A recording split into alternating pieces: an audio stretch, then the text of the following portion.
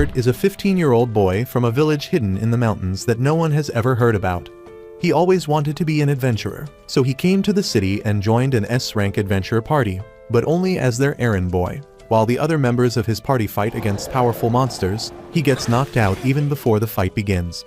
Despite this, he is proud that he is a member of a party that is hailed as heroes by everyone. Until one day, his party members tell him that he is fired. Kurt is aghast to hear this shocking news and asks what he did wrong, and the party leader tells him that he didn't do anything at all, and that is the problem. According to the laws of this world, there can only be 4 members in a party, and they need to fire him to make space for a high-ranking mage who will actually help them. Kurt tries to plead with the party leader to let him stay, only to get kicked in the guts and knocked out, making him realize that he is living the cliché story of the loser who is kicked out of the hero's party. Luckily, he doesn't keep whining and about it, and immediately reaches the temp agency in the next city to look for a job. Just as he enters the agency building, he meets an overexcited receptionist who immediately starts interviewing him for a job. She is surprised to learn that he was just fired from the party that was promoted to SS rank recently. Kurt gets depressed talking about it, but the receptionist cheers him up by saying that this will look great on his resume. After that, she takes him for an aptitude test to see if he has any hidden skills, but he gets a G for all the combat-oriented skills. Kurt is even more disheartened, and the receptionist tells him that the guy who can test his non-combat skills will come back next week. Kurt meekly tells her that he is flat broke right now, and the receptionist decides to give him another chance. She tells him to pick up a sandbag lying in the corner, and as Kurt does it, he finds the sand sucking in his mana. The bag starts growing incredibly heavy, and the receptionist tells Kurt to drop it. She tells him that since he has basic fitness and strength, he can do construction work to earn some money, and Kurt is glad to take up the offer. He goes to the construction site where a grumpy guy looks at his resume and then at his twink-like body, before agreeing to give him a job because they are extremely short-staffed. He tells Kurt that his task is to mix cement and repair the city walls with it, and if he can't use half a barrel of cement in 3 hours, he will be fired. The man leaves without waiting for any questions, and Kurt decides to put magic in the cement to make it stronger since it was common sense in his village. 3 hours later, when Grumpy returns to check on him, he is dumbfounded to see that Kurt has fully plastered 30% of the wall on his side and used up all the cement available to him. He can't believe that a noob can do all this in 3 hours, but Kurt takes his shocked reaction as anger and apologizes. However, Grumpy tells him to come to work for as long as he can and hands out his entire purse to Kurt, saying that he will send the rest of his payment over to the temp agency. Within 3 days, Kurt finishes plastering half the wall around the city by himself, causing panic amongst the rest of the workers. Grumpy notices this and tells Kurt that he doesn't have to come to work from tomorrow, because if he does that, there won't be anything left for those who need the money more than him.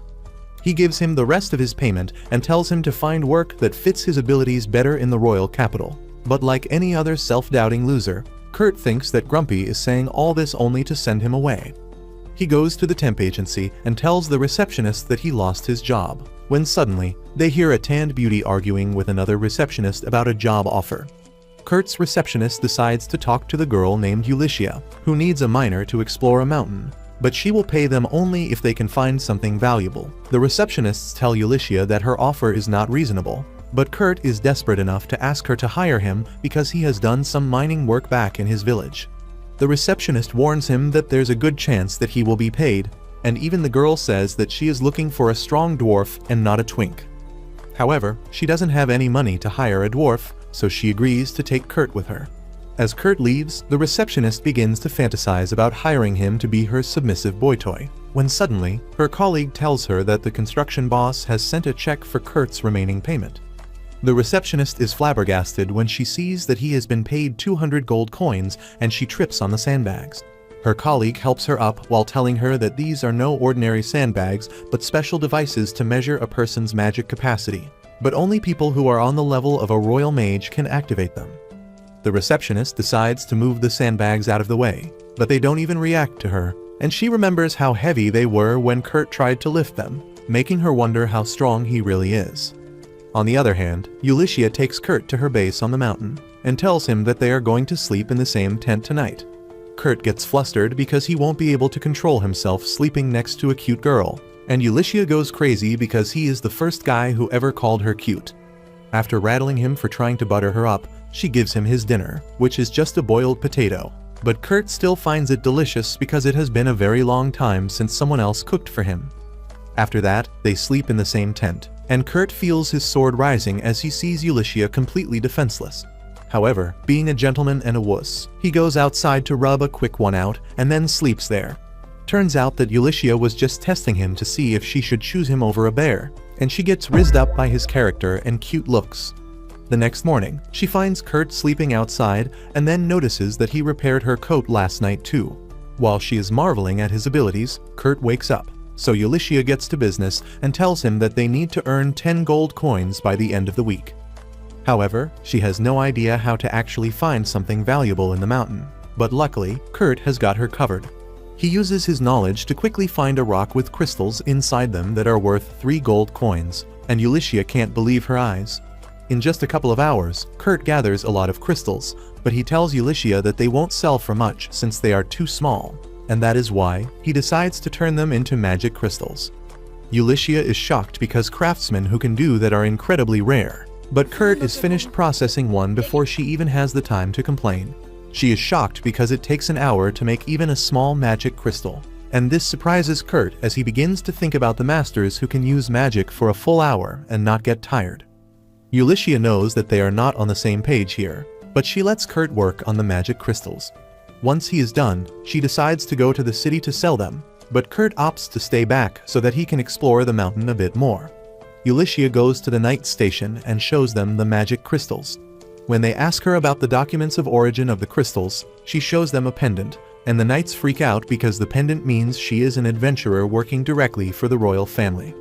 They immediately grant her the permission to use the teleportation device to go to the royal capital, unaware that Ulysses no longer works for the royal family now. Once she reaches the capital, Ulysses goes to her friend Mimiko to sell the magic crystals. At first, Mimiko says that the crystal is not worth much because it is not glowing too much. But when she examines it closely, she offers to buy the single piece for 10 gold coins. Ulysses is dumbfounded by this price, so Mimiko explains that the magic crystals have 10 times the mana inside them, and they don't even glow too much because they are not leaking any. Ulysses tells her that she has 49 more of those, and Mimiko buys all of them from her instantly. Once the deal is done, she asks Ulysses about the person who made the crystals, but she refuses to reveal Kurt's identity without his permission. Even when Mimiko uses her status as the royal court mage to command Ulysses, she stands her ground. In the end, Mimiko asks Ulysses to make sure that whoever made the crystals doesn't go to another country, and also to tell him that he can get a noble rank and the position of a court mage if he agrees to serve the kingdom. Ulysses agrees to her, but starts freaking out as soon as she leaves the shop. She returns to the other city the next morning, and immediately goes to the job agency to inquire about Kurt. The receptionist tries hard to protect his identity, but Ulysses uses the royal pass to read his file. She is shocked to know the things he has already done, and then commands the receptionist to never share any information about Kurt to anyone else. She then deposits the entire amount she got from selling the crystals in Kurt's name and then heads to the mountain to check up on him. To her utter surprise, Kurt has built a house from scratch in one day, and on top of it, he doesn't think it is a big deal because people in his village used to do such things all the time. Once they enter the cottage, Ulysses tells Kurt that he has been offered the post of the director of Royal Magic Technology Research Lab as well as the title of a noble for the magic crystals he created. Kurt can't believe that, but when Ulysses asks him about his decision, he decides to refuse the offer because he doesn't think that he is fit enough to command others. Also, he tells her that he is enjoying working as a freelancer right now, and Ulysses suddenly starts feeling conscious. She tells Kurt that she got a lot of money from selling the magic crystals he made, but since she had no contribution in that, she took only 1 gold coin as her fee and deposited the rest in his account. That is why she asks Kurt to work for her again so that she can sell his magic crystals and earn the amount she needs in the form of her commission. He eagerly tells her that he found another good spot to dig out minerals and says that he will get his tools ready, but Ulysses asks him to wait, thinking that he must be tired. Kurt tells her that he got a full 6 hours of sleep, and that totally confuses Ulysses because she doesn't understand how he can do that despite building the cabin. However, Kurt thinks that she is upset because he slept too much since he only got 4 hours of sleep when he worked with the S-rank adventure party. After that, Kurt leads her to the spot he told her about and tells her to not dig any deeper than 50 meters. He leaves Ulysses at that spot and decides to keep digging at the place where they found the crystals earlier. A few hours later, Ulysses manages to dig a football-sized topaz out of the ground, and she is delighted because now she can earn money thanks to her own efforts. She then decides to check up on Kurt, and this time, she is sure that he must have dug a cave already. However, Kurt exceeds her expectations once again, and she finds that he has created a proper mine in the mountain, and even put glowing moss on the walls so that it doesn't need any additional light. Ulysses freaks out, and just then Kurt comes there with a crate of rocks in his hand. Ulysses eagerly asks him how work turned out for him, hoping that he wouldn't give her any more surprises. Kurt tells her that unfortunately he got a lot of useless stones and a little amount of the mineral he was looking for. Ulysses is low-key pleased on hearing that, but when Kurt tells her that the useless stones are called mithril, she is completely dumbfounded. Kurt says that in his village, they mined so much mithril that they just threw it away, and Ulysses feels her mind exploding because mithril is even more expensive than platinum and diamond. She falls to her knees in desperation, but then she asks Kurt what was the other ore he was looking for. As Kurt shows her a piece of the mineral called orichalcum, Ulysses recognizes it as the legendary mineral that is called the Metal of Gods. She asks him how did he find something so rare in this mountain, and Kurt tells her that orichalcum can be found anywhere in the world once you dig beyond 7 kilometers. Ulysses doesn't even have the energy to be surprised even more, and she just confirms that Kurt dug 7 kilometers deep into the ground and then returned to the surface in the time it took her to find one mineral. Just then, the golden rays of the sun enter the mine through the other side, and she realizes that Kurt dug a tunnel through the mountain while mining, but she accepts that as a very normal thing for him. Luckily, Ulysses can use the tunnel as a new path between the village and the nearby city as it cuts the traveling time down significantly. She decides to let licensed merchants use the tunnel to reach their destination quickly in exchange for a maintenance fee, which would be enough to cover her taxes and expenses. A couple days later, Kurt goes to the city where he runs into Bandana, one of the members of his previous party. Kurt gets excited to see her and asks if the rest of the party members are here too, but Bandana tells him that she has left the party. After Kurt was kicked out, the party struggled a lot in the missions and Bandana knew that they were done for. Then there was another incident where their party leader threw a tantrum after he didn't like the food of the most famous restaurant in the city. He trashed the place and left without paying the bill, and the guards started looking for him. He then ordered Bandana to find Kurt and bring him back to cook food for them at any cost. Bandana took his teleportation stone with the excuse of finding Kurt quickly, but she knew that the party leader was going to get arrested, and since their healer was summoned by the church, there wouldn't be any reason for her to return. However, she doesn't tell Kurt any of that and explains that she was fired too. He gets upset on hearing this because it means someone like him can never return to the party. He tells Bandana that he looked up to the party leader a lot, and she just scoffs because she knows something that no other member of the party knows. She decides to change the topic by telling Kurt that she is also a freelancer like him, and since they are in the same boat, they should help each other out.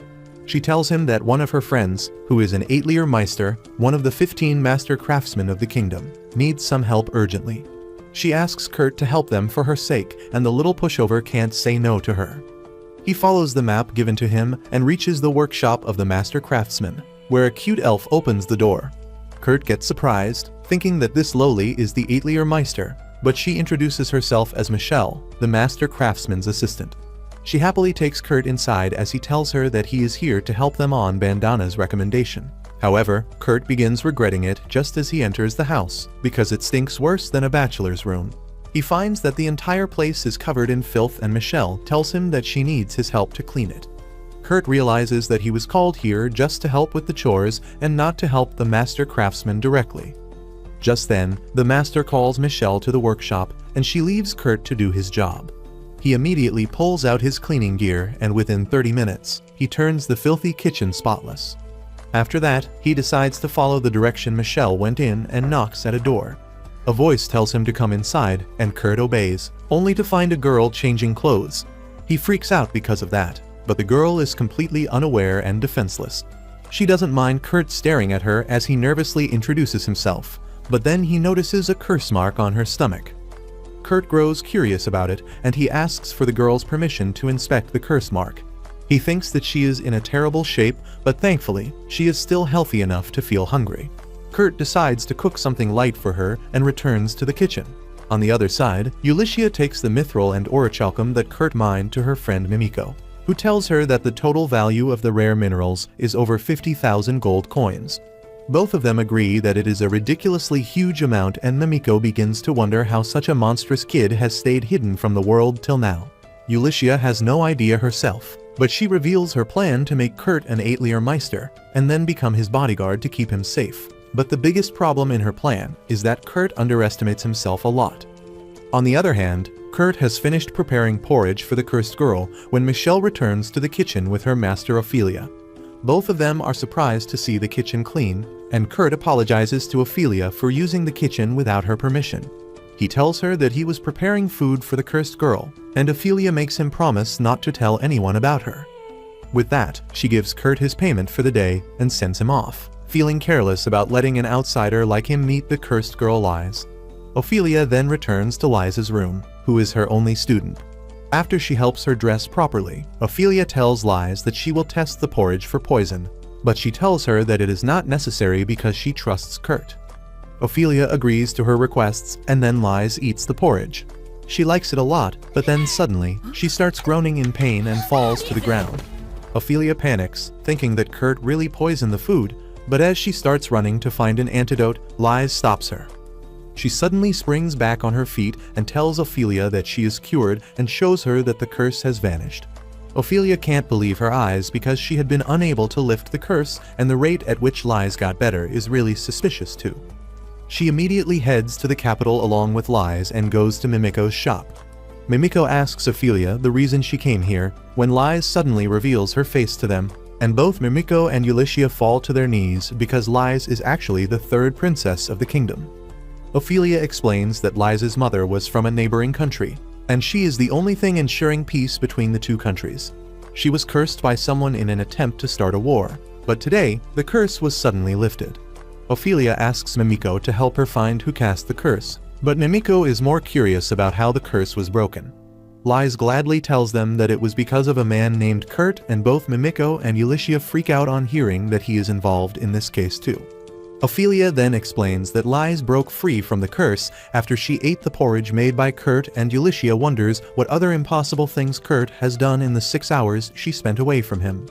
Mimiko suddenly speaks up and says that the person who placed a curse on Liz must have connections with a curse user and enough influence to interfere with the anti-curse barrier around the palace.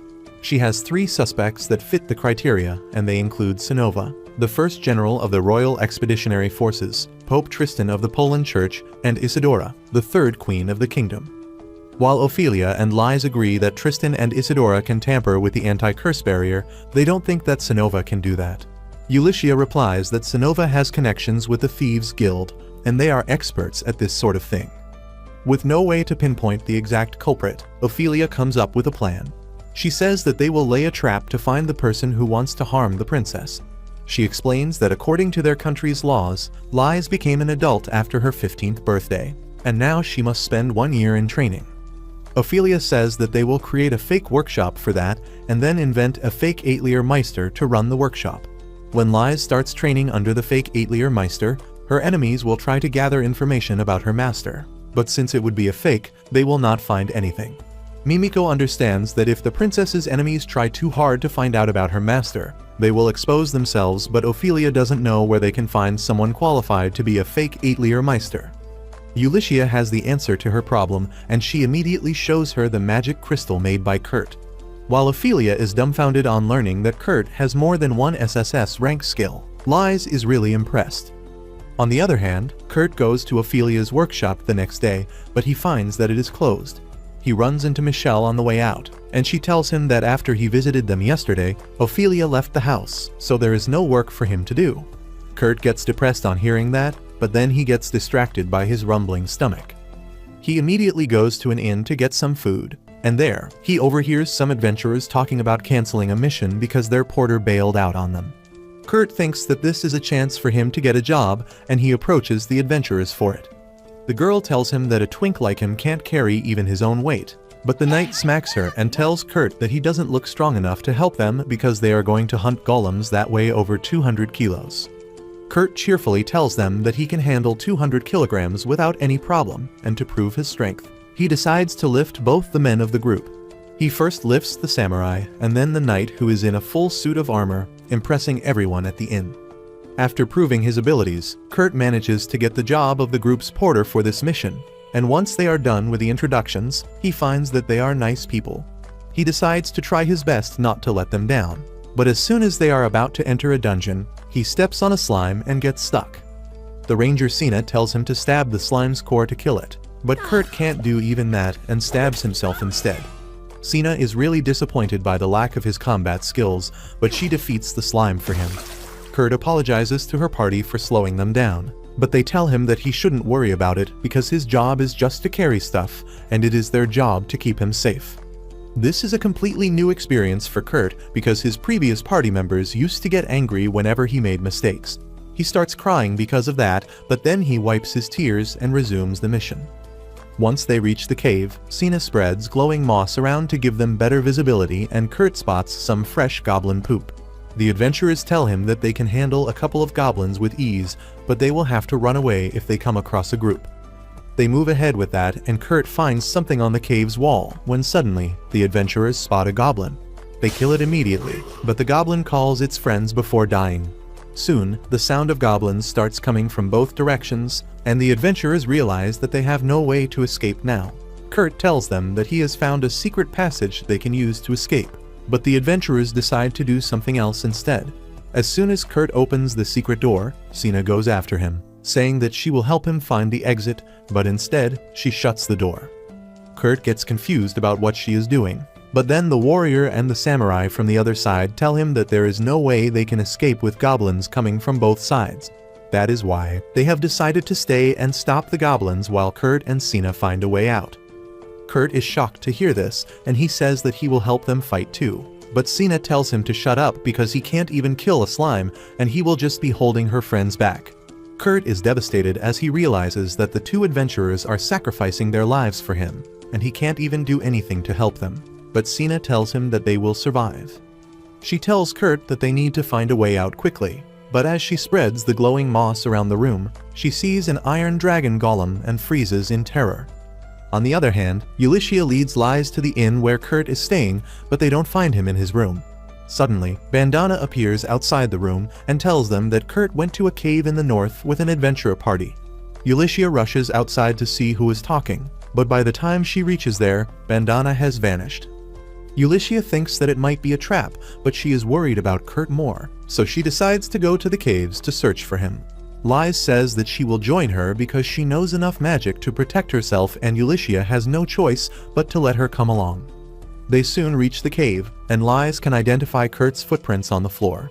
Once the hard floor begins and the footprints end, she uses a magic spell to boost her senses, and Ulysses thinks that the princess will improve her hearing to find Kurt. However, this obsessed simp enhances her sense of smell instead and sniffs the walls to find the direction Kurt went in.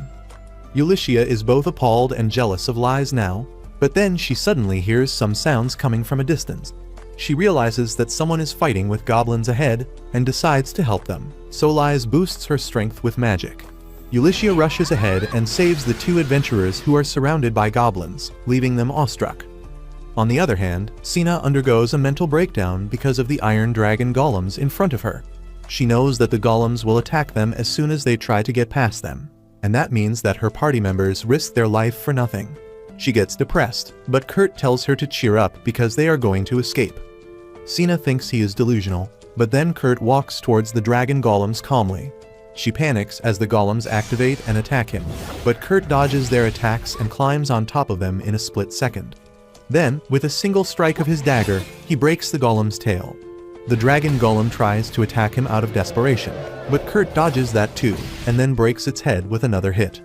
Sina can only stare at him in terror and awe as Kurt swiftly dismantles the golems one by one. She asks him what the hell did he just do, and Kurt simply tells her that he used to mine iron golems back in his village. Just then, Ulysses kicks open the door looking for Kurt, and the stunned Sina begins telling her how he destroyed the iron golems with his dagger. Ulysses finds it hard to believe too, But then she decides to deal with the more important things first. She tells Kurt that the adventurers he came here with are fine, and she has important news to share with him. She tells him that a new 8-layer workshop is going to be formed soon, and she is going to work as a bodyguard there. She asks Kurt to work at the workshop with her because Ophelia highly recommended him after his work at her place. Kurt gets happy to hear that, but he hesitates since he feels that he needs to work with the adventurer party. However, the adventurers tell him that he should not let this golden opportunity slip from his hands. Ulyssia adds that since the workshop is new, they need a lot of workers and decides to hire the adventurers too. Everyone gets happy with the arrangement, and then Ulyssia tells Kurt that he should get his non-combat abilities evaluated before he starts working at the workshop. Kurt agrees with her and reaches the temp agency, where Mimiko has arrived from the capital for his assessment. Once the assessment is done, Kurt goes out partying with his adventurer friends, but Ulyssia goes to talk with Mimiko about the results. Mimiko tells her that she told Kurt that he had B-rank skills in cooking, cleaning and mining, and C-rank abilities in the rest of the things. However, that was just a lie, and he had SSS rank abilities in everything. Mimiko says that it is a good thing that she did the evaluation because it will be incredibly dangerous if the news goes outside. Just as she says this, she hears a whimpering sound and turns around to see the receptionist trying to shut her ears to convince Mimiko and Ulyssia that she didn't hear anything. Soon after that, Kurt and his group head out to a distant city in a high-speed carriage. While Kurt shows everyone how uncivilized he is by sticking his nose on the window, Liz explains that the city they are going to was once a military base next to demon territory. It is quite far away from the rest of the country, and they can't even teleport directly there. But Liz says that it is still an important city to the Alliance. The adventurer party still can't believe that they are getting employed by the 8-layer Meister in such an important city. But Ulyssia tells them that they are well qualified for the job. The warrior Cans and the samurai Danjo are glad to hear that, and they ask about the 8-layer Meister they are going to serve, but that leaves Ulyssia speechless, and she somehow makes excuses about the Meister being busy with some sudden work. Meanwhile, Sina doesn't believe that they are qualified to work with an 8-layer Meister. She thinks that Ulyssia only offered them this job to shut their mouths, and she is determined to protect her brother and Danjo if they are ever in danger. Soon, they reach the city where their workshop is going to be situated, but Kurt remembers it as the city where he started working as a freelancer. He gets sad on recalling how he was fired just after 3 days of working at the construction site. But once they enter the city, he finds that the remaining wall has not yet been repaired. Ulyssia distracts him by saying that maybe they are repairing the wall with a different technique, and Kurt buys that lie. Soon after that, they reach the location of their workshop, but it is just an empty plot. Ulyssia tells everyone that they are going to stay in an inn till the workshop is built, and then turns to Kurt, asking if he can do it all by himself. Kurt nervously tells her that he can't build a workshop in just 1 day, but he can manage to make one in 3 days. The adventurers are dumbfounded on hearing this, but Ulyssia tells Kurt that he should take his sweet time and asks them if he needs any materials. Kurt immediately prepares a list with items like amethyst, sapphires and griffin wings, and Ulyssia tells him that she will bring them in 2 days. Sina gets suspicious of the strange list and Ulyssia notices her odd reaction. She quickly tells everyone to follow her to the inn so that Kurt can work in peace. She also asks Kurt to come to the inn for meals and rest, and he agrees. With that, everyone else goes to the inn and Ulyssia calls a meeting with the adventurers to fill them in about the important details. She introduces herself as an adventurer formerly working for the royal family, and then Liz introduces herself as the 3rd princess of the country. The adventurers' jaw drops on hearing this, and they ask if Kurt is a noble too. Ulyssia says that even they don't know Kurt's real identity, but they know that his combat skills are all G rank, and all other skills are of SSS rank. She says that they have not told Kurt about it because he would not believe it, but that makes Sina angry. She lashes at Ulyssia, saying that she is exploiting Kurt by hiding the truth from him, and then turns to her brother for support. However, Keynes knows that they are dealing with things beyond their pay scale, so he asks the girls to continue. Liz then tells them that she was cursed by someone and Kurt broke the curse by cooking porridge for her. That is why they decided to set up a workshop in this distant town, so that they can hide their identity from the world and force the person who cursed her to come looking for her. Liz explains that Kurt knows nothing about this, and he is not even aware that she is a princess, but he still helped her without asking for anything in return. Ulysses says that Kurt is too pure for this world and she wants to protect him, and Lies asks the adventurers to help them with that. Danzo and Kenz immediately agree to their request because Kurt is their friend, but Sina still doesn't trust them yet. She asks why should they put their lives online for someone they met just 3 days ago, and Ulysses replies that she understands her very well because she also met Kurt just 6 days ago. Sina is shocked on learning this and she leaves the inn, wondering what to do. She decides to check up on Kurt first and tell him the truth. But once she enters the workshop location, she finds that Kurt has already finished the basement. She is left aghast by this, but Kurt tells her that he is going really slow because in his village people could build a dozen houses in just 1 day. The shocked Sina asks Kurt if he doesn't hate work being shoved on him, and he replies that he likes it a lot because everyone in his previous party called him useless, but now he has the chance to be useful to everyone. Sina suddenly realizes why Ulysses said Kurt is too pure, and she decides to join her act and protect Kurt from the world. On the other hand, Danzo returns to the city where he worked earlier and meets Bandana, who is working as an informant. She tells him that the porter who bailed out on their last mission is actually a career criminal who joins parties to sabotage them. She says that one of their rival parties had paid him to make them sign up for the dangerous mission so that they would all die, and he almost got that done. Danzo thanks Bandana and pays her fee for the information, before going to the bar where the traitor is enjoying his success. He curses Danzo's party for surviving the dangerous cave and then getting a job offer from the third princess, but he still plans to crush them so that his value increases in the eyes of his future clients. However, as he notices Danzo sitting behind him, he freaks out and runs from the bar. He trips on a wire and Danzo easily catches up to him, saying that he should have been more aware when he hired him. The traitor pisses his pants as he begs for mercy, and fortunately for him, Danzo didn't want to kill him. He just leaves him with a warning about never coming near his friends again, but this disappoints Bandana, who was hiding in the darkness the whole time. She wanted Danzo to deal with the traitor because he could create problems for her master's plans in the future, but just as she is about to do it herself, 2 spies arrive there and take the traitor away. Bandana recognizes them as the members of the intelligence unit run by Mimiko, whom her master had instructed her to leave alone. Just then, she gets a message from her master about her next mission to investigate Kurt's hometown. Meanwhile, 3 days pass since Kurt started working on the workshop, and when everyone arrives to check it out, they can't believe their eyes.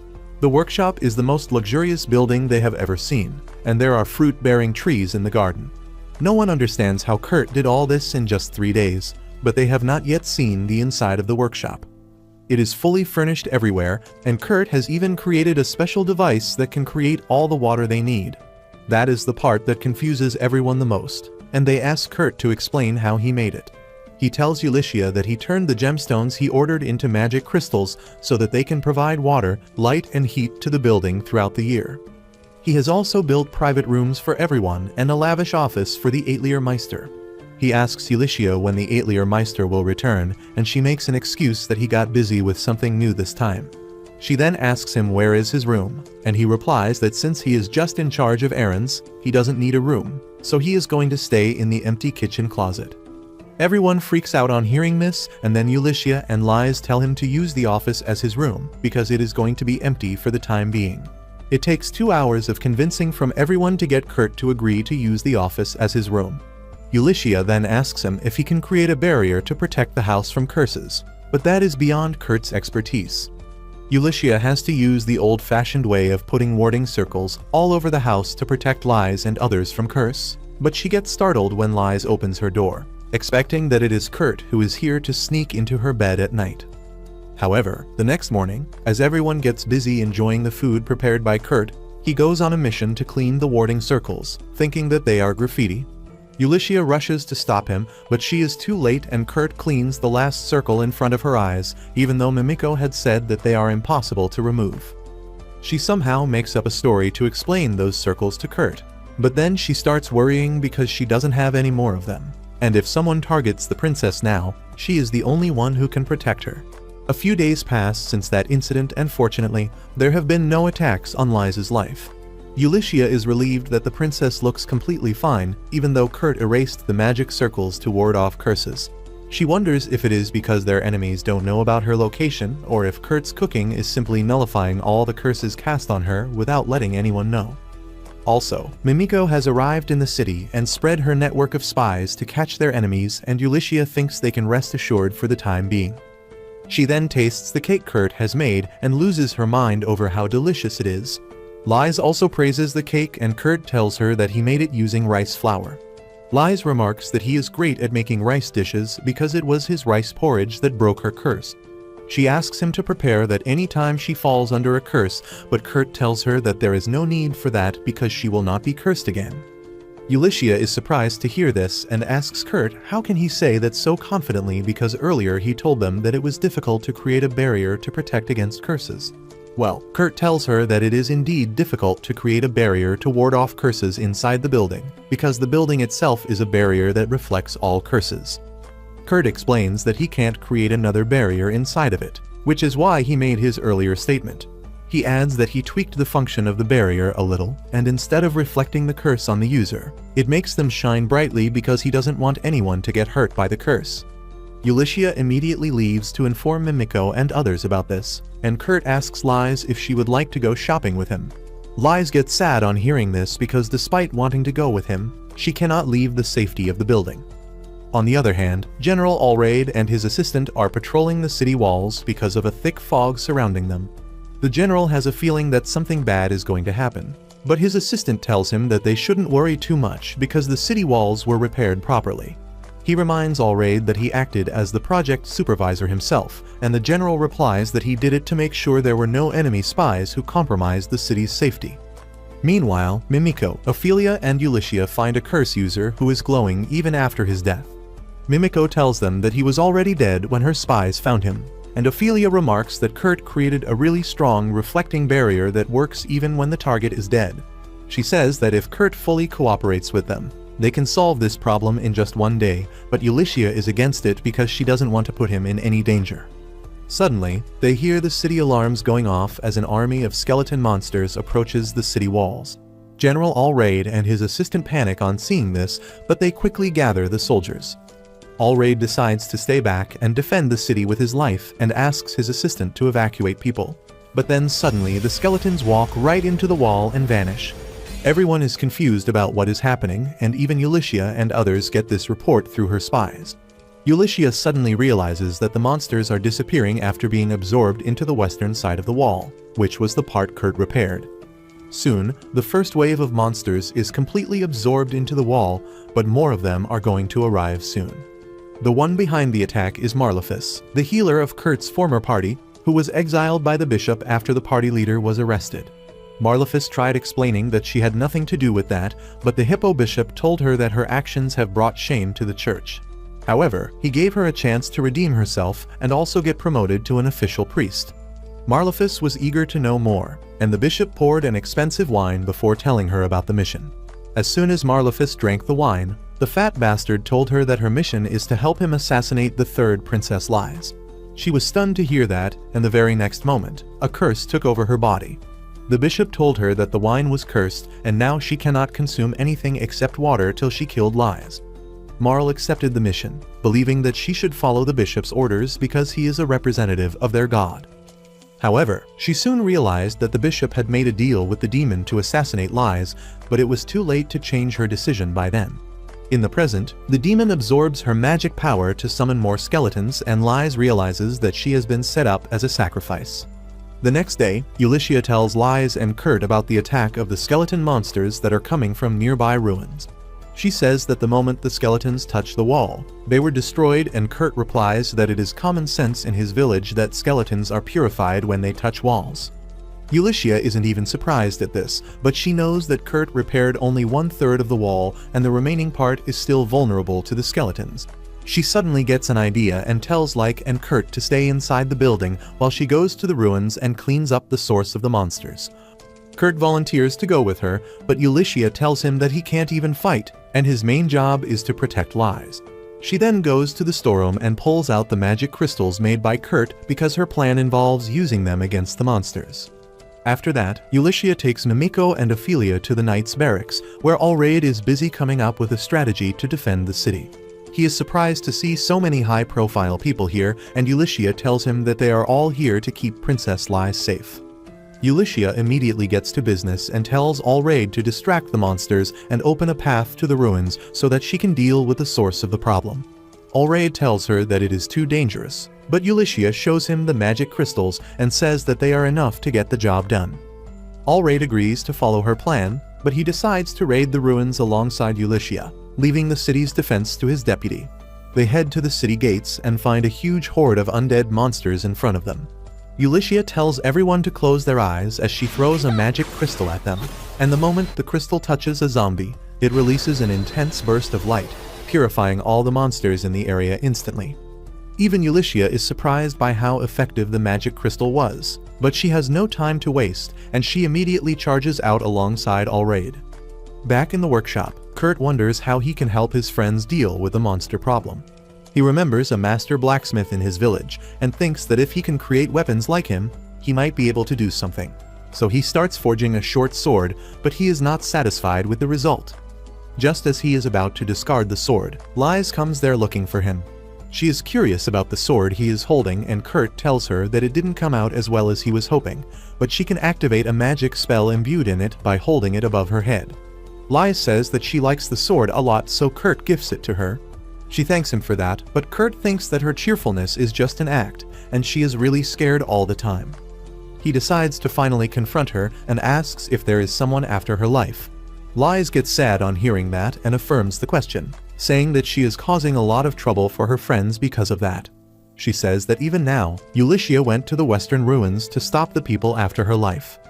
Kurt suddenly remembers that he once went to the same ruins with his former party, and it was the perfect place for drawing on the walls. He thinks that the one after Liz's life is the small graffiti monster that Ulysses told him about, and he wonders if he is so weak that he can't even fight it. Liz tells him that she also wants to fight her enemies so that her friends don't have to risk her life, and Kurt sympathizes with her because he also feels powerless. He tells Liz that they should go to the ruins and defeat the monster themselves, but she is not so sure about it. She tells him that the monsters have surrounded the city from all directions, but Kurt tells her that they can always find new ways to reach the ruins and deal with the enemies. Liz gets dressed to go to the ruins because she needs to serve the look before fighting. She then looks at the knife that Kurt just gave her and remembers that he told her that it has a magic spell that activates when she holds it over her head. She is curious about the magic, so she unsheaths the knife and holds it over her head, but nothing happens, and then Kurt tells her that they should leave now. However, just as she turns around, she sees something surprising. Meanwhile, Ulysses and Allraid fight through hordes of zombies as they try to reach the ruins. They keep getting overwhelmed by the zombies and other monsters, even though the vice captain is distracting most of them. Ulysses thinks that they need to hurry up and find the source of all these monsters when suddenly, she hears Allraid groan in pain. She turns around to see him injured, but as she tries to go and help him, a bunch of monsters gang up on her. She is about to reach for a magic crystal when suddenly, the adventurers hired by their workshop come to support her, while Cans and Danjo help fight the monsters, while Sina confirms that the monsters are indeed coming from the ruins ahead and they must be located somewhere underground. Ulysses tells everyone to close their eyes before throwing a magic crystal on the ground to destroy the monsters using its light, and then the group heads towards the ruins. Ulysses gives Allraid a test tube, telling him that it is just soup made from medicinal herbs, but as soon as he drinks it, his wounds heal without even leaving a scar. Allraid can't believe that this medicine is just soup, but the adventurers tell him that he will keep being surprised by what Kurt can do. Just then, a bunch of monsters come out of the ruins and Cans tells Ulysses to leave them to his team. The three of them charge towards the monsters while Ulysses and Allraid slip past them and enter the ruins. Meanwhile, Marl starts feeling really weak, and she figures out that if the demon uses her power to summon monsters for 2 more waves, she will die. The demon decides to check the progress of his minions and finds them surrounding the vice commander, who uses a magic crystal to destroy them completely. He doesn't understand what is happening, and even Marl is confused because she has never seen a magic crystal that can do that. The demon then finds that 2 people have entered the ruins, and he thinks that they deserve a personal welcome from him. Meanwhile, Ulysses and Allraid reach the center of the ruins, and they find the room from where monsters are being spawned. Ulysses throws a magic crystal on the floor and the monsters vanish, but she is not sure if she dealt with the root of the problem. As the 2 of them walk ahead, the demon comes up to greet them. Ulysses says that he is the last boss that they need to defeat and charges towards him. She tosses a magic crystal in air and then slashes it, creating an intense burst of light. However, that is not enough to exorcise the demon, and he tells Ulysses that her attack would have been very dangerous for him if he didn't have infinite lives. Just then, Allraid attacks the demon lord, who doesn't even bother dodging because his wounds heal instantly. He tells Ulysses and Allraid that they are not bad for humans, and then shows them a visual of the knights struggling against the monsters. The demon calls them stupid for risking their life to protect the city and the princess, but Allraid declares that his knights will never let a demon do whatever he pleases. The demon decides to defeat them completely and summons some powerful monsters, saying that the adventurers at the gate of the ruins won't be able to stop it, and the monster will eventually reach the city wall and destroy it. Ulysses and Allraid attack the demon while he is in the middle of his villainous monologue, but the demon just picks up its head and reattaches it like he is made of Lego. Ulysses starts getting afraid now because no matter what they do, they can't seem to hurt the demon, and if his monsters really breach the city's defenses, a lot of innocent people will die. The demon enjoys the look of despair on her face and tells her that her fears will soon come true. Meanwhile, Marl is really exhausted and hungry in the summoning room. She doesn't have the strength to run away or to erase the magic circle, and she wishes to eat Kurt's homemade cooking one last time. Suddenly, she hears Kurt's voice saying that they should dig around here, and she thinks that she is hallucinating him. However, moments later, Kurt breaks through the floor of the ruins and climbs up. He is surprised to see Marl there, and she is surprised as well. Kurt then helps Lies up, and Marl thinks that Kurt knows that she is behind the assassination attempt on the princess, and he brought the princess here to convince her otherwise.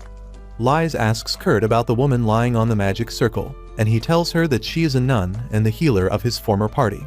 Marl says that she is a former nun because she has been exiled from the church, and Kurt asks if this is why she was targeting Lies. Marl decides to tell him the truth that Bishop Tristan is behind this, but Kurt doesn't even hear her out and asks if she went crazy because of being fired and started drawing weird circles everywhere. Marl is confused, but Lies hears everything, and she realizes that the true enemy is the bishop. Kurt lashes at Marl for graffitiing everywhere, and Lies thanks him for getting angry on her behalf. Marl doesn't even understand what the two morons are talking about, and then Kurt asks her where is Ulysses, because she should have come here already to clean this stuff up. Marl tells him she is upstairs, and Kurt decides to meet with her.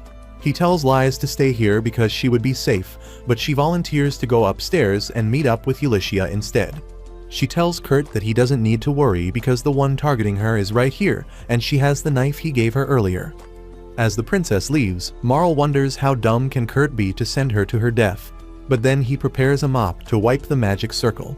Marl thinks that he can't do it, but Kurt cleans the magic circle with just one swipe, breaking it. The demon feels it too, and he is forced to dodge the attack from Ulysses and Allraid because he is no longer invincible. They both realize it, and Ulysses tries to use a magic crystal against him, but the demon quickly hits it away from her hand. The demon declares that he will kill them quickly now, but just then Lies arrives there. Everyone is shocked to see her, but the demon doesn't waste any time and stabs her with a precise attack to her heart. Lies falls to the ground, and Ulysses panics.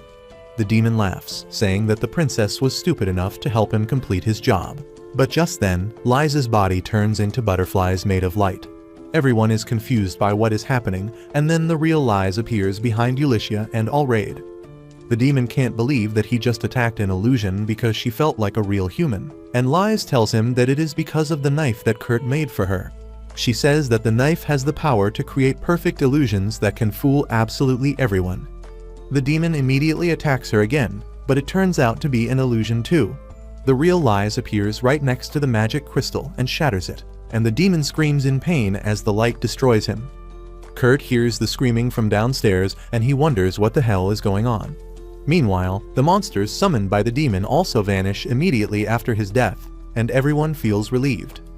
However, Ulysses is angry at Lies for risking her life and coming to the ruins. She lashes out at her, and Lies apologizes, saying that she felt that she had to do something. And then Ulysses says that she doesn't need to apologize because she really saved their asses.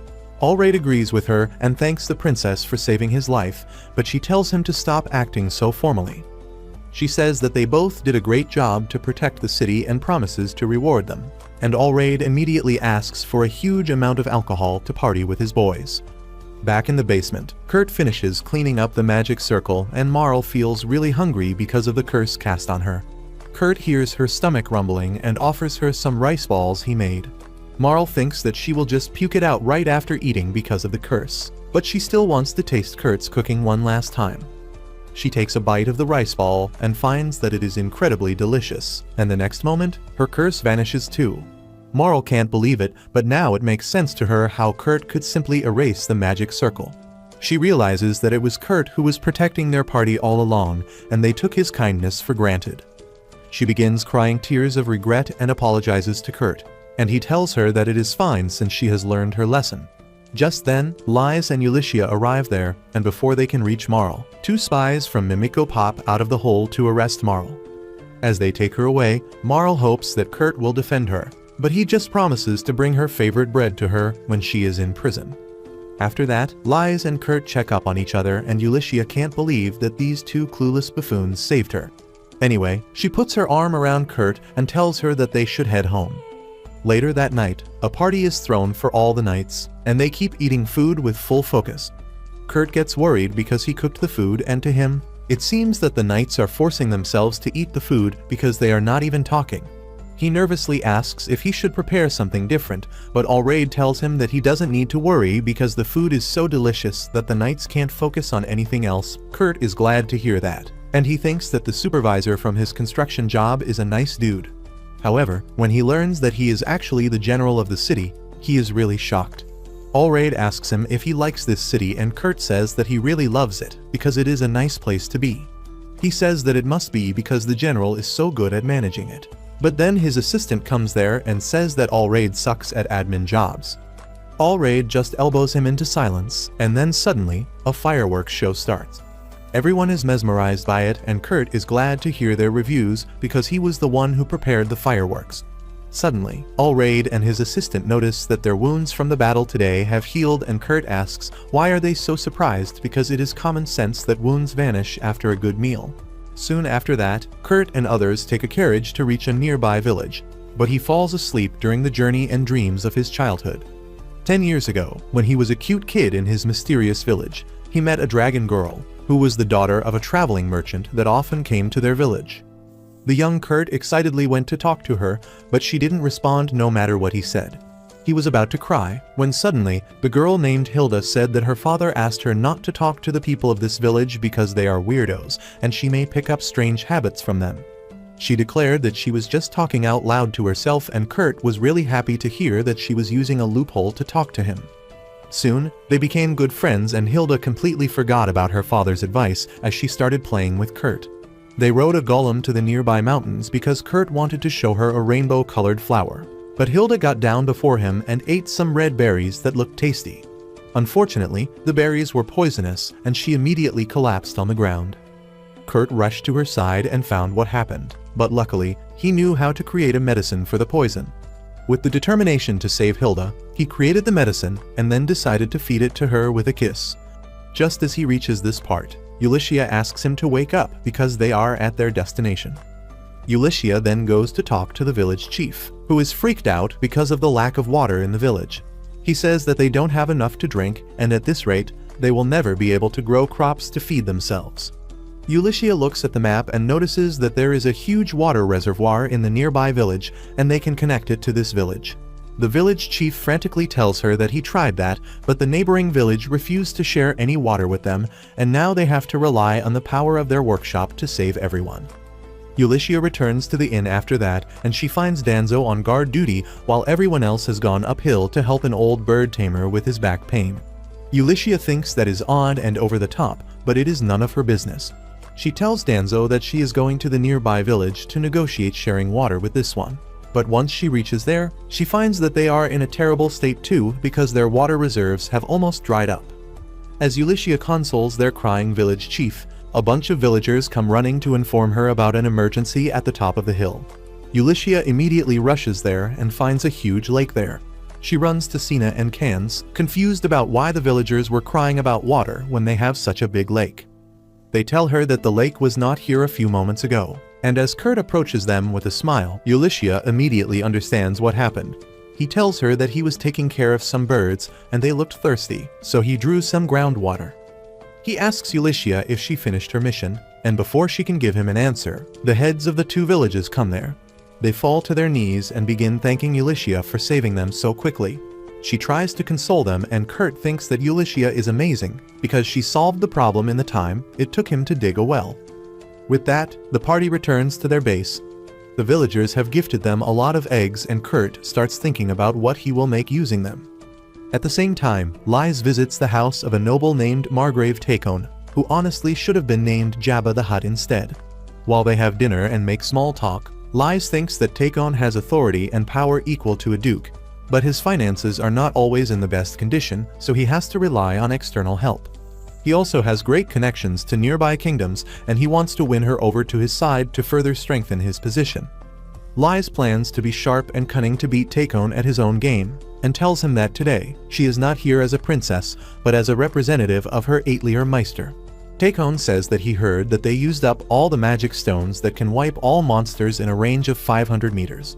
Lise knows that he is just trying to get information on Kurt, so she says that the stones were not as powerful as the rumors made them to be, and Takon immediately changes his strategy. He says that the town they are stationed in has no name yet, and Lise affirms, saying that the governor will decide the town's name once they are appointed. It is Takon's job to nominate the governor, but he tells that he is having difficulty finding the right person for the job because the town is near demon territory and the knights there are also hard to control. That is why he wants to appoint the Eitlier Meister as the governor instead. Lise panics on hearing that because Kurt doesn't even know he is the Eitlier Meister yet, and if he becomes the governor, he will have to come out in public. She says that she can't decide the matter herself, and Takon replies that since she is representing the Eitlier Meister, she should have the power to do so. Lise panics even more on hearing this, and then Allraid also supports Takon's suggestion to make the Eitlier Meister as the new governor because he doesn't know they are talking about Kurt. Lise still tries to change Takon's mind, but he asks her if there is any personal flaw in the Meister that makes him unsuitable for the job. Lise gets triggered on hearing this and declares that their Eitlier Meister is the most skilled and noble person in the entire world. But only after speaking that, she realizes that she got played and Takon got what he wanted. Once Lise returns to the mansion, she tells Ulyssia about what happened and gets scolded for being fooled. Lise feels bad about that, but there was no way she would let someone slander Kurt's name. She then asks Ulyssia where is Kurt right now, and she replies that he is raising a child. Lise panics on hearing that Kurt has a baby, but she is ready to adopt the kid to be with him forever. Ulyssia sighs at this beta simp and tells her that they actually got some eggs for helping a village, and one of them turned out to be fertilized, so Kurt is looking after it right now. Lise is relieved to hear that, and then Ulyssia says that knowing Kurt, a bird who gives golden eggs will come out of the egg. Lise agrees with her, and just then, they hear Kurt screaming that the egg has hatched. On the other hand, Mimiko is overwhelmed with paperwork and reports from her spies. She finds that the bishop who made a deal with the demon was assassinated inside the church, which makes her believe that he was not actually the one pulling the strings. She has not yet killed Marl because she wants to keep her alive for Kurt. Speaking of Kurt, she receives a report about what hatched out of his egg, and she completely loses her mind on reading it. Back in the mansion, Lise and Ulyssia go to see what came out of the egg, and they can't believe their eyes when they see Kurt holding a girl looking exactly like him in his arms.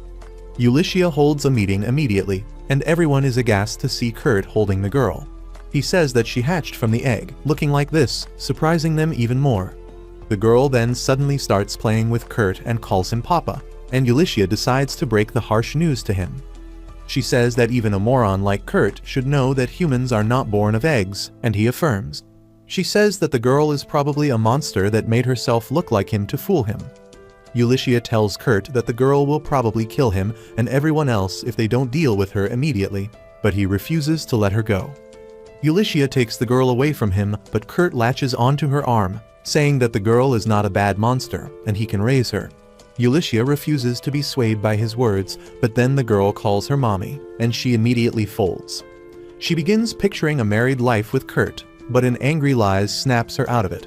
She takes the girl in her arms, and when she calls her mom as well, Lise loses her senses and drops her. Luckily, Sina catches her, and the girl calls her sis, which makes her happy too.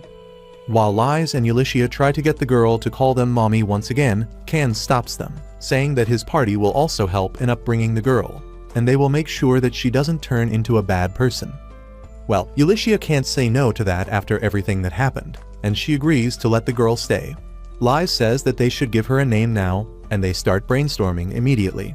Both Lies and Ulysses want the girl's name to be a mix of their name with Kurt's, but when the girl wakes up and calls for her mommy, they both rush to her side and forget their differences. They are willing to compromise now, and Kurt is impressed by the girl's ability to bring peace to everyone. He suggests that they name her Akiri, because in the language of his village, it means an area that connects 3 points, and the girl is connecting the 3 of them. Both Ulysses and Lies like the idea, and they go ahead with the naming. They call the girl by her new name, and Akiri is delighted to hear that. Later that night, Ulysses is sleeping with Akiri in her lap, when suddenly, one of Mimiko's spies arrives there. She wakes up and hands him an envelope containing the sample of Akiri's hair and saliva to hand over to Mimiko, so that they can learn more about her. The next day, Kurt makes a playroom for Akiri, but Ulysses makes him design it so that it can double as a prison. The walls are made of mithril, there are no windows, and the door cannot be opened from inside either. She feels bad for making Kurt create such a place for Akiri, but she wants to take no chances until she receives a report from Mimiko about the girl's biological origin. Akiri plays with Sina and then asks Kurt and Ulysses to join her too, but they tell her that they have work to do. Kurt promises that he will come to play with her as soon as the work is over, and asks her to be a good girl and play with Sina. Soon, Kurt and Ulysses head to their next job, and seeing him look a bit down, Ulysses encourages Kurt that they should finish the job quickly so that they can return to Akiri. He affirms, and just then, they hear Akiri's voice too. They immediately check inside the carriage to find Akiri there, and Ulysses' jaw drops on seeing this. She asks the girl how can she be here, and she replies that she went F-whoosh and came here. Neither of them understand what she means, but Ulysses panics, wondering what should they do now. Kurt says they should return to the workshop because everyone must be worried, but just then Ulysses sees the spy from yesterday. The spy disguises herself to look like an ordinary person, and Ulysses goes to talk to her, telling Kurt that she will ask the woman to relay a message to the workshop. Kurt thinks that Ulysses is really responsible, and even when she was trying to take Akiri away from him, she was just thinking about his safety.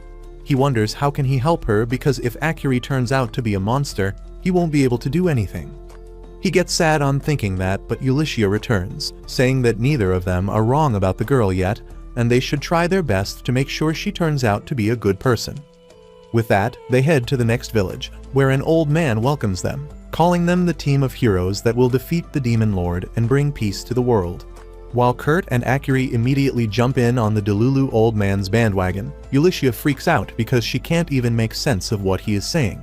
Ulysses tells Kurt to calm down when she is the one panicking. She says that the quest didn't even mention anything like this, and just then a pretty blonde girl arrives there to clear the confusion. She tells Ulysses that she was the client who put in the request, and the old man here is her father-in-law, who always wanted to be one of the important NPCs in the story who give important missions to heroes. She apologizes on his behalf, saying that he has become senile lately, and thus he has lost his inner filter that stopped him from saying stupid stuff like this. The woman then remarks that she wasn't expecting a newlywed couple to come here for the mission, and both Kurt and Ulysses get flustered. Akiri, however, confidently calls them her mom and dad, making matters worse. Kurt panics, thinking that Ulysses will feel insulted that she is being called his wife, and even worse, she is being called a mother when she is so young. He decides to finish the job quickly so that they are not embarrassed further, and asks the client about the mission, and she tells him that her pigs are not eating their feed properly nowadays. One look at them and Kurt can tell that the pigs are just tired because of heat, and he decides to make some feed that will help them beat the heat. The woman thanks him and decides to take her father-in-law for a walk, and then Kurt begins looking around for Ulysses, who is still bright red and frozen stiff because she was called Kurt's wife. However, this idiot with the emotional intelligence of a dead starfish thinks that she is not moving because she is mad. Anyway, he decides to make the pig feed while Ulysses is feeling giddy that despite the age and height difference, the woman earlier saw him as Kurt's wife. She begins thinking about having a child with him for real, but then slaps herself out of her imagination. She tries to calm herself down, thinking that she just needs to protect Kurt from the world.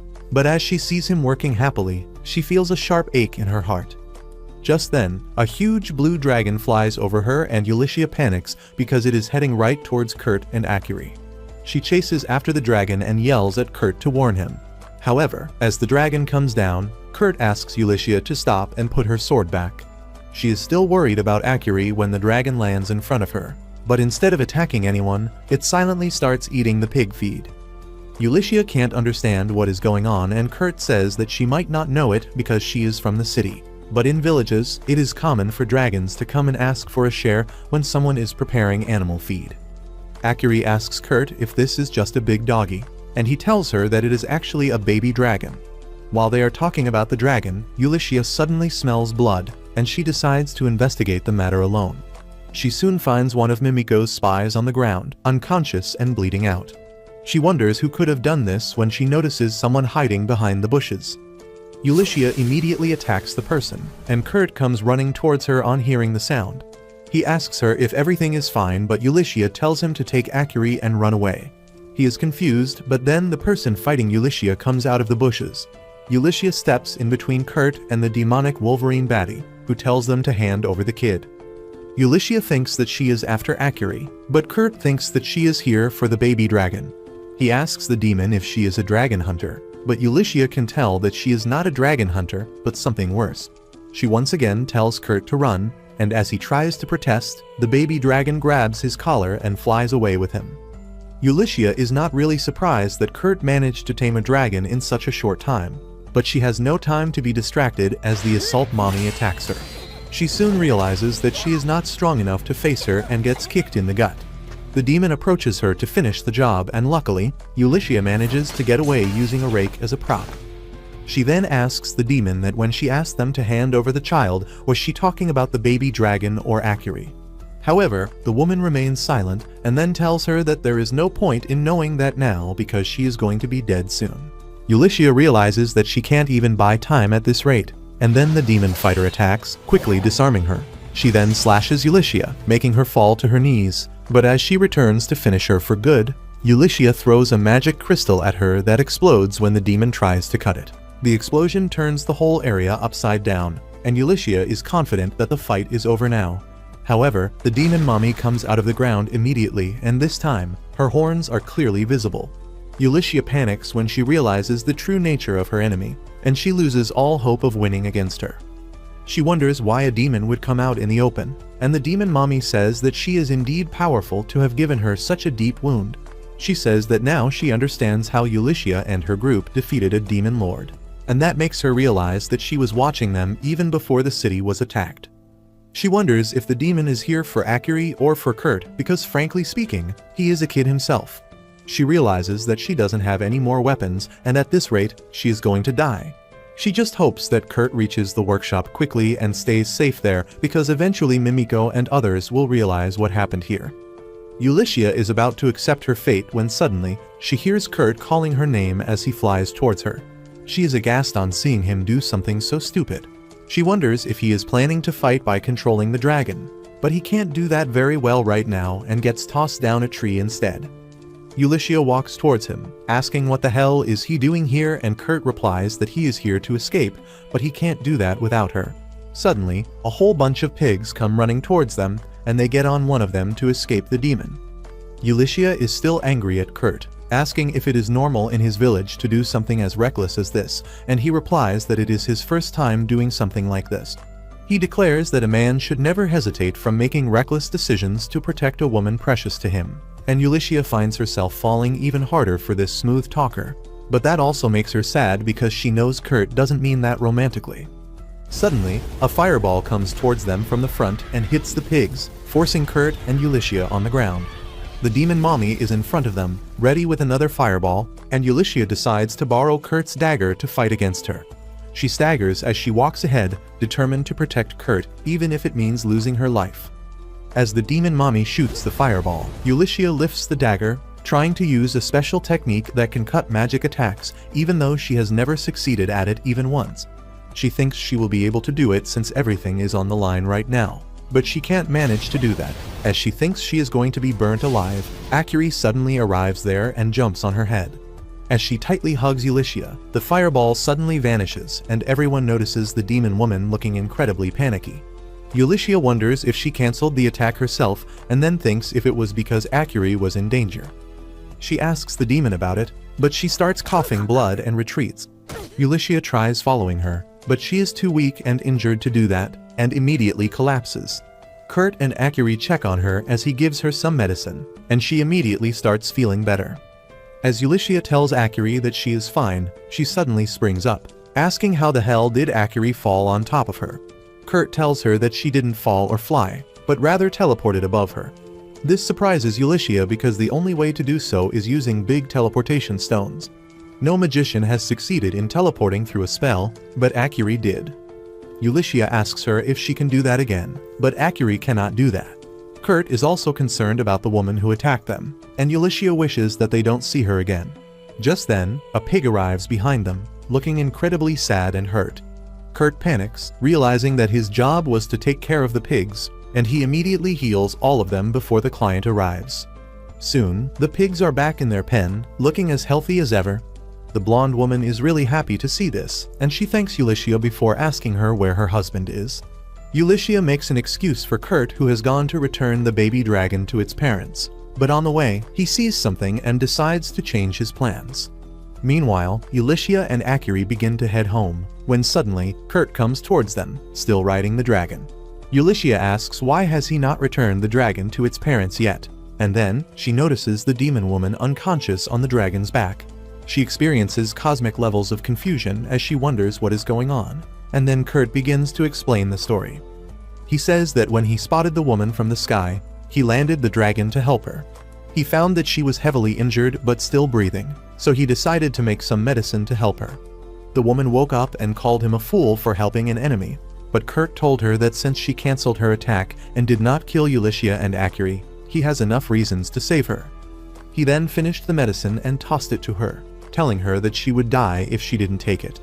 The demon woman took the medicine, but she immediately started feeling weird.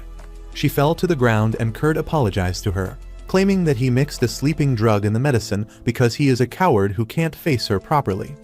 He told her that she would be out cold for at least 3 days, and then lashed at her for attacking a dragon that was attached to a human. The demon woman was confused about what he meant, but Kurt thought that she might not be able to understand him.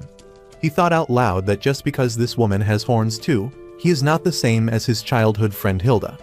As soon as the demon heard that name, she tried to reach Kurt to talk, but the medicine kicked in just then, and she passed out, so he carried her here. Back to the present, everyone returns to the mansion, and Kurt tells Akiri to apologize to Sina and others because they must be worried when she suddenly vanished earlier. Just then, Sina and Lies come running to greet Akiri, and Ulysses just watches them from a distance. Another person comes out of the mansion after them, and he gently welcomes Ulysses and Kurt. They wonder who the hell is he, and then Lies introduces him as their Atelier Meister, shocking both of them. The fake Atelier Meister then introduces himself as Rikudo, and Kurt is already in awe of him. He introduces himself as well, and Rikudo thanks him for creating such a wonderful building. Meanwhile, Ulysses is really suspicious of this new guy, and she immediately sends Kurt to the kitchen to prepare their food and asks Sina to take Akiri to the playroom. As they both leave, Ulysses turns to Rikudo, but he pins her against the carriage. She is not impressed by his audacity and tries hitting him with the Nutcracker 3000, but her kick passes right through his body. Ulysses finally realizes what is going on and tells Lies that this is not funny. The princess just smirks because Ulysses was sharp enough to figure out that Rikudo is just an illusion that she made using Kurt's dagger. Ulysses says that the dagger is really special if it can create illusions of people that don't even exist, and Lies says that Rikudo is how she imagines Kurt to look when he turns 20. She erases the illusion with that, and just then, Ulysses gets a message from Mimiko, who says that she will come to give them the report of Akiri's background check soon. The day comes soon, and everyone stares eagerly at Mimiko, wondering what she is going to tell them. However, she came here just to eat the food prepared by Kurt, because their investigation turned out to be a total failure. She then explains that the hair and saliva sample that Yuli got had only human DNA, but they also found some magic stone-like stuff inside Akiri's nails, and that had the power of spatial magic that is not found in humans at all. Mimiko says that the space magic was used during the Age of Creation, but now it is lost to time and no one can use it. Kurt asks her if this means that Akiri is a monster, but Mimiko can't be sure of that either. However, the fact that they don't know anything about Akiri makes her incredibly dangerous. She says that the best thing they can do is seal her teleportation magic and lock her up in one of her labs, but Kurt strictly refuses to do so. Mimiko asks for his reasons and Kurt asks if she thinks he is dangerous. She replies that since they are friends, she doesn't think he will attack her. Kurt replies that his reason is the same, because he never feels any sort of danger from Akiri. He doesn't care if she is a human or not, because he knows that she is a kind girl who won't hurt anyone. He declares that Akiri is staying with them, and Yuli agrees with him, saying that if they don't have any proof that the girl is a monster, they can't treat her like one. Lies supports the statement too, telling Mimiko that she won't let anyone take their daughter away. Mimiko understands their reasons and asks them to take care of Akiri, and then she asks them about the demon they captured, whom Kurt still thinks of as a dragon hunter. Kurt tells her that she is being held in a prison in the basement, and as Mimiko goes to deal with her, he asks her not to throw the poor woman in prison. Mimiko doesn't tell him that the poor woman is actually a demon, the worst enemies of humanity, and she is going to suffer a worse fate than being thrown in a prison. Mimiko takes Yuli with her to the prison, where they wake up the demon woman and ask her if she can speak. The woman talks in phrases, saying that warriors speak only what is necessary, and Mimiko realizes that she talks like a moron because of her duty as a warrior and not because she is dumb. The demon woman is offended by that and tries to burn her with magic, but the room made by Kurt has anti-magic properties and it blocks out the fire. Mimiko tells the demon that she can't do anything and then asks if she has any teammates nearby. The woman tells her that a loser must obey the winner, but it was Kurt who defeated her, and so she will only answer the questions he asks. Mimiko sighs as she brings Kurt and Lies to the room. Kurt immediately asks the demon lady how she is feeling, and she complains about the rope around her arms. He tells her that they can't remove it, but she cuts him off mid-sentence and asks Kurt if he really knows Hilda. He affirms, but Yuli is curious about the name. Kurt tells her that Hilda was the daughter of a merchant who often came to their village, and she was a horned person like the woman here. The demon then asks Kurt if Hilda was wearing a griffin crest, and he affirms that she was.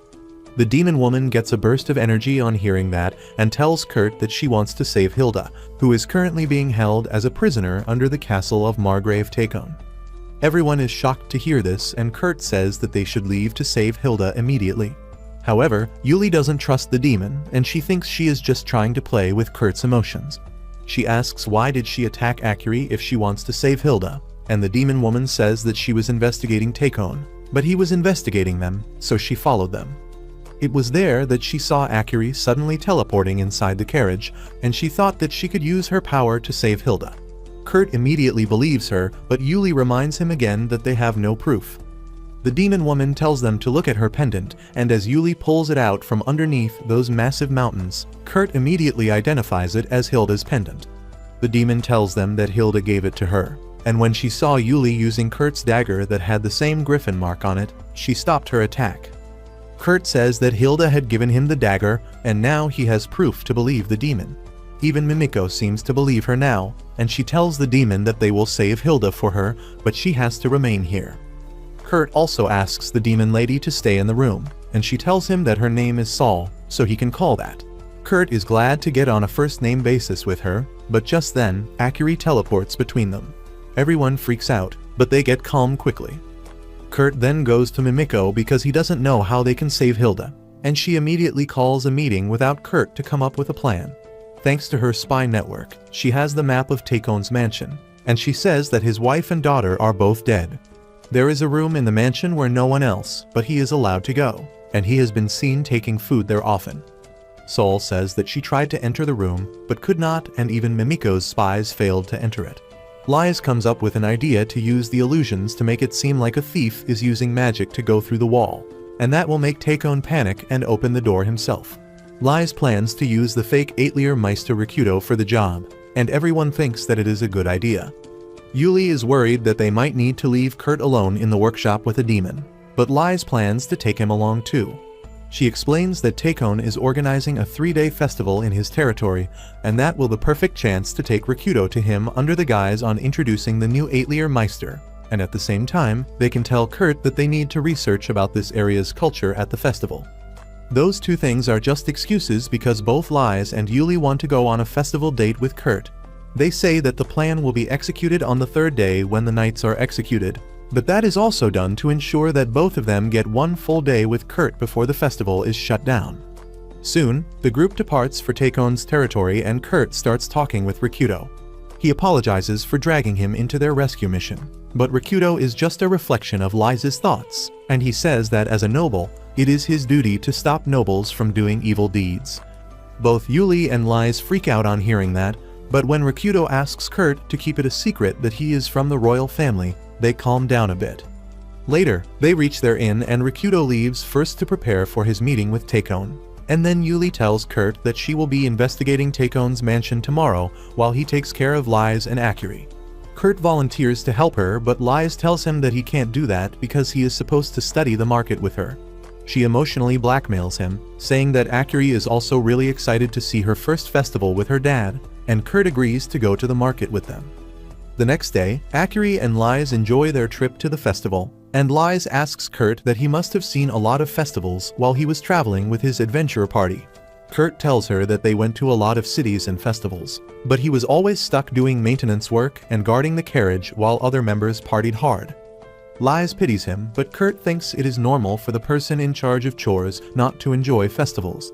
However, he wants to be a good dad and give Akiri the things he could never have, which is why he agreed to come to the festival. Lies suddenly takes his hand, telling him that he should enjoy this festival to make up for all the times he didn't, and Kurt is really happy to hear that.